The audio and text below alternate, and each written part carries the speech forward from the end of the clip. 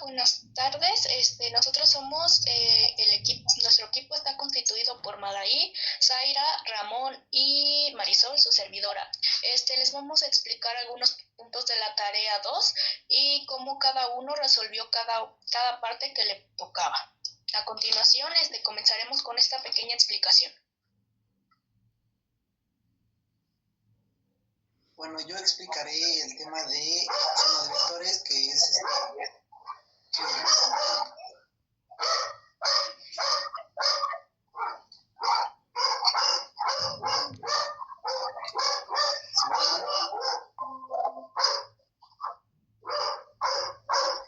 dejen que cargue que la suma de vectores consiste en que para dar con la suma de vectores es encontrar tanto la fuerza de X y la fuerza de Y. Para sacar la fuerza de X de cada, digamos, ángulo, se toma en cuenta la fuerza o la magnitud que se tiene por el coseno del ángulo que es dado. Después, una vez se tienen, por ejemplo, en este ejemplo hay 4 vectores. Tiene que hacer la suma de cada uno de los vectores. Después de eso hay que hacer el mismo procedimiento con las fuerzas de Y. Después de que tenemos tanto la sumatoria de fuerzas en X como fuerzas de Y, tenemos que sacar la fuerza resultante es igual a la raíz cuadrada de las sumatorias de fuerzas en X al cuadrado más la sumatoria de fuerzas en Y igual al cuadrado para dar con las resultantes. Y para lograr sacar el ángulo se necesita el ángulo es dado por tangente menos 1 entre sumatoria de fuerzas en Y entre fuerzas en X, sumatoria de fuerzas en X para dar con el ángulo.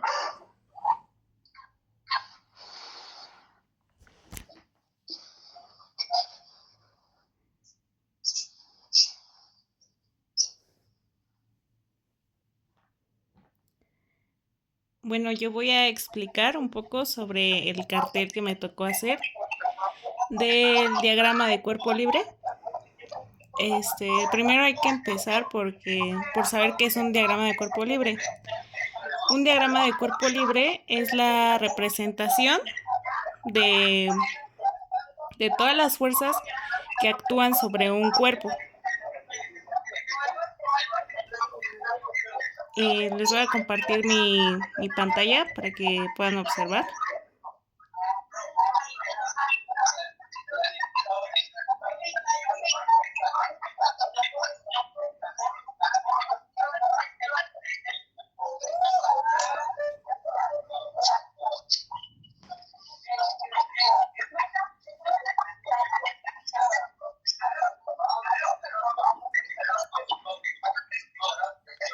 En este diagrama de cuerpo libre tenemos la horizontal. Tenemos un bloque que se mueve sobre una superficie. Aquí actúan 4 fuerzas principales, que es la fuerza normal, que va hacia arriba y es ejercida por la superficie. El peso, que siempre apunta hacia abajo debido a la gravedad. La fuerza aplicada, la fuerza de fricción, que es se opone al movimiento y va hacia la izquierda. Y en el eje vertical tenemos la fuerza normal y el peso. Tenemos también la tensión que ejerce la cuerda hacia arriba. Y como ya les decía, el peso que actúa hacia abajo por el efecto de la gravedad. Si el objeto está quieto o se mueve con velocidad constante, ambas fuerzas tienen la misma magnitud, por lo que la suma de fuerzas en el eje vertical también es igual a 0. Y en conclusión, estos diagramas pues, nos ayudan a identificar y analizar todas las fuerzas que actúan sobre un objeto para entender su movimiento o su equilibrio. Y ahora nos va a explicar mi compañera Madaí.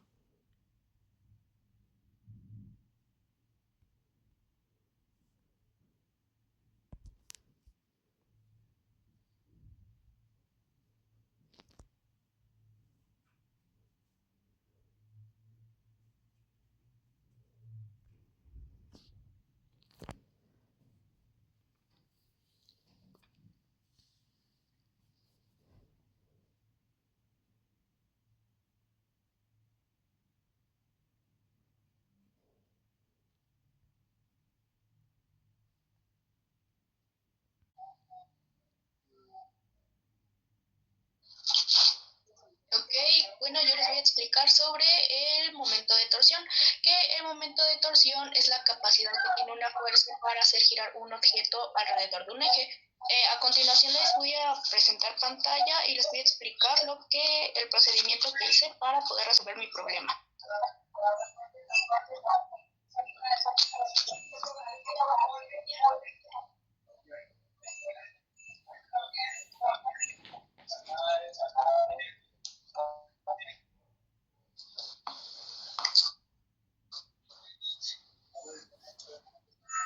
Bueno, no sé si se pueda ver, pero aquí tenemos lo que es el momento de torsión. En el problema decía que teníamos que realizar un cálculo de momento de torsión con una fuerza de 25 newtons menos de 47 newtons en una distancia de 4 metros y 6 metros, que sería el radio de fuerza, y un freno de 1.75.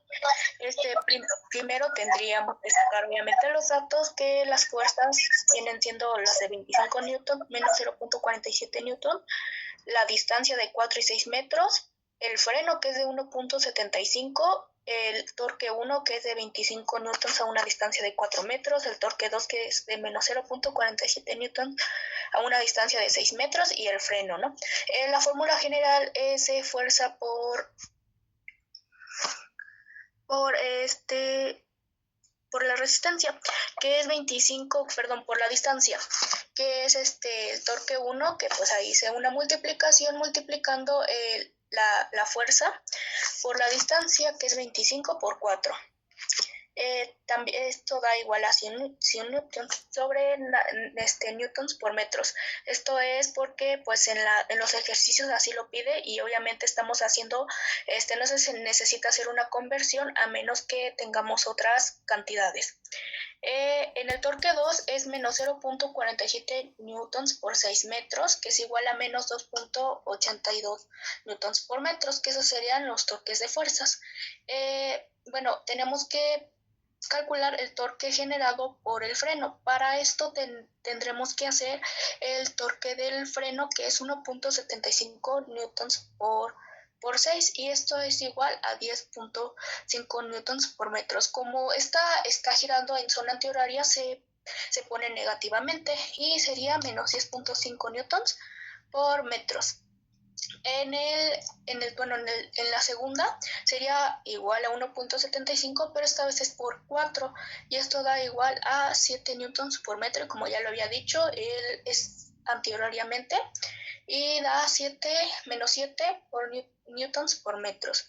En el momento de torsión tendremos que calcular el neto, que en este caso sería lo que nos salió en las primeras operaciones, que en 100 newtons por metros, menos 2.82 menos 10.5 newtons por metros, que esto da un total de 86.68 newtons por metros. Bueno, estas cantidades ya las habíamos sacado anteriormente para calcular los torques generados por el freno y los torques al inicio.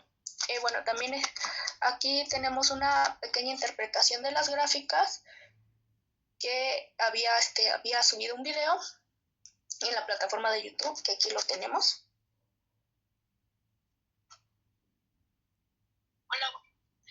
Y aquí tenemos cómo utilicé esta plataforma, ¿no? Y aquí pues vimos prácticamente cómo empecé a colocar las sumatorias, los metros, las distancias, y cómo se empezó a ver aquí lo podemos ver, cómo se genera una fuerza. Al igualmente aquí podemos ver un poco estas gráficas, ¿no? Aquí lo voy a...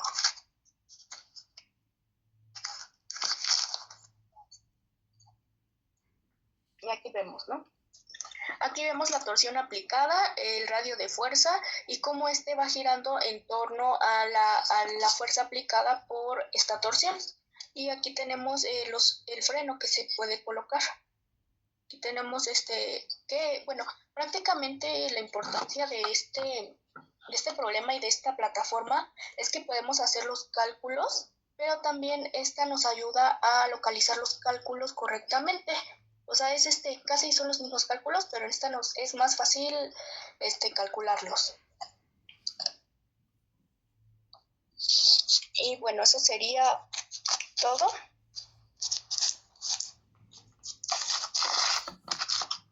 Eso sería todo de mi parte.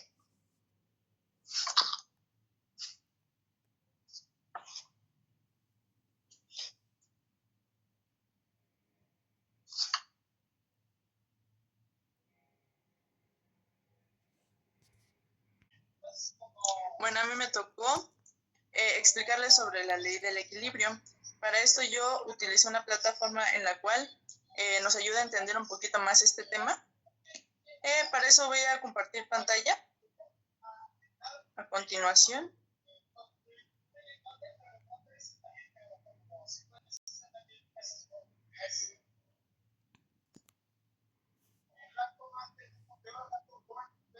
Como pueden ver, es la ley del equilibrio. Indica que un cuerpo mantiene su estado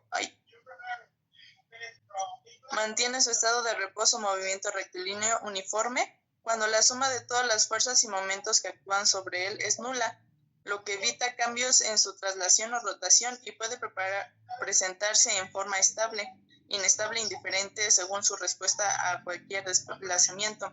Como pueden ver, en algunos retos tengo que calcular la masa para poder equilibrar el objeto que ponemos al otro lado de la balanza. Y como pueden ver ahí, yo estaba calculando la masa para poder equilibrar ese objeto. Y así en diferentes retos que ponen este juego, el cual nos ayuda a poder interesarnos un poquito más en estos temas, ya que son de suma importancia para así poder aprender a cómo poder equilibrar un objeto e incluso nos ayuda en nuestra vida diaria.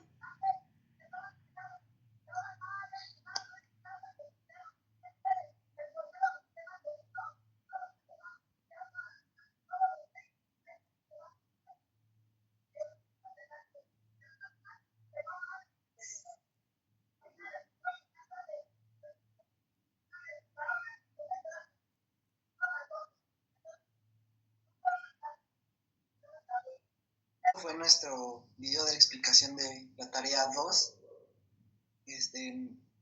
Yo voy a ser quien despida al grupo, que está conformado por Zaira, Marisol, Madaí y yo, Ramón. Y pues muchas gracias por escucharnos y vernos.